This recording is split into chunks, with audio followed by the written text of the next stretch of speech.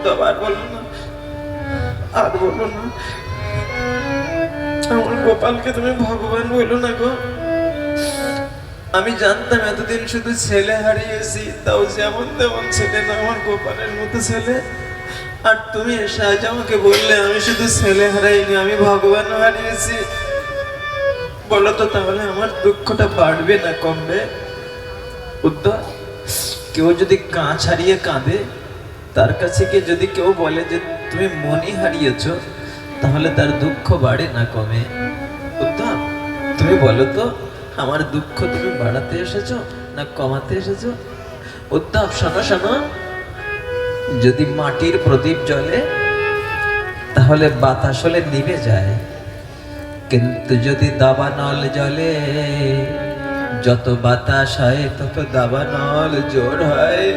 উদ্ধব, আমার গোপালকে হারিয়ে আমার বুকের মধ্যে দাবানল জ্বলছে, তুমি বাতাস দিও না, সান্ত্বনার বাতাস দিও না। তোমার এই সান্ত্বনার বাতাসে আমার দাবানল নিভবে না, আর জোর হবে। শোনো, আমার গোপাল যদি ভগবান হবে, তাহলে আমার গোপাল কেন লোকের বাড়ি চুরি করে খেতে যাবে? আমার গোপাল যদি ভগবান হবে, তাহলে আমার গোপাল কেন যশোদার আঁচল টেনে ধরে বলবে, মা আমার খুব খেতে পেয়েছে, আমাকে খেতে দাও? না না না, আমার গোপাল কখনো ভগবান না, আমার গোপাল আমার ছেলে। উদ্ধব, আমি শুধু গোপাল হারাইনি, আমার গোপালের মতো ছেলেকে হারিয়েছি, জানো উদ্ধব? আমার কথাটা শোনো না উদ্ধব। আমি আমার গোপালকে ভুলবো বলে মাঝে মাঝে ওই গিরিরাজ গোবর্ধনের দিকে চলে যাই, কিন্তু গিরিরাজ গোবর্ধন আমার গোপালের স্মৃতি মনে করিয়ে দেয়। আমার গোপালকে ভুলবো বলে আমি যমুনার জলের দিকে তাকাই, কিন্তু যমুনার নীল জল আমার গোপালকে মনে করিয়ে দেয়। আমার গোপালকে ভুলবো বলে আমি ওই কদম্ব বৃক্ষের দিকে তাকাই, কিন্তু ওই কদম্ব বৃক্ষ আমার গোপালকে মনে করিয়ে দেয়। আমার গোপালকে ভুলবো বলে আমি কোঠের দিকে যাই, ওই বাছুর গুলো ছুটে ছুটে আমার গোপালের কথা মনে করিয়ে দেয়। এই বৃন্দাবনের হরিণ হরিণায় তৃণ গুল্ম লতা বৃক্ষ ময়ূর ময়ূরী সবাই আমার গোপালের স্মৃতি বুকে ধরে রেখেছে। আমার গোপালকে আমি বলতে পারি না। তুমি আর বলো না।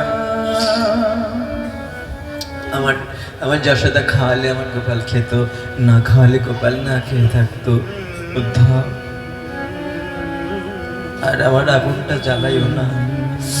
উদ্ধব চিন্তা করছেন আমি কি বলবো এখন। আমি তো এসেছি সান্ত্বনা দিতে, কিন্তু কি বলে সান্ত্বনা দেব? এই জগতে কেউ যদি পুত্র হারিয়ে কাঁদে,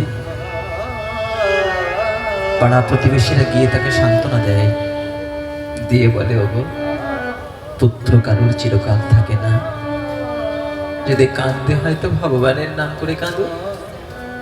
কিন্তু আজ যে ভগবানের জন্য কাঁদছে, আমি তাকে কি বলে সান্ত্বনা দেব?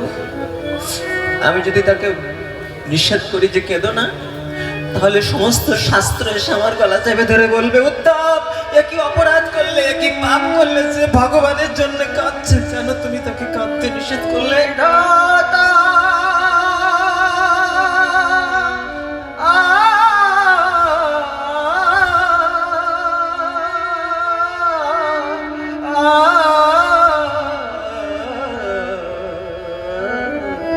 আবার যদি বলি কাঁদো কাঁদো, বেশি করে কাঁদো, তাহলে তো আমার সান্ত্বনা দেওয়া হবে না।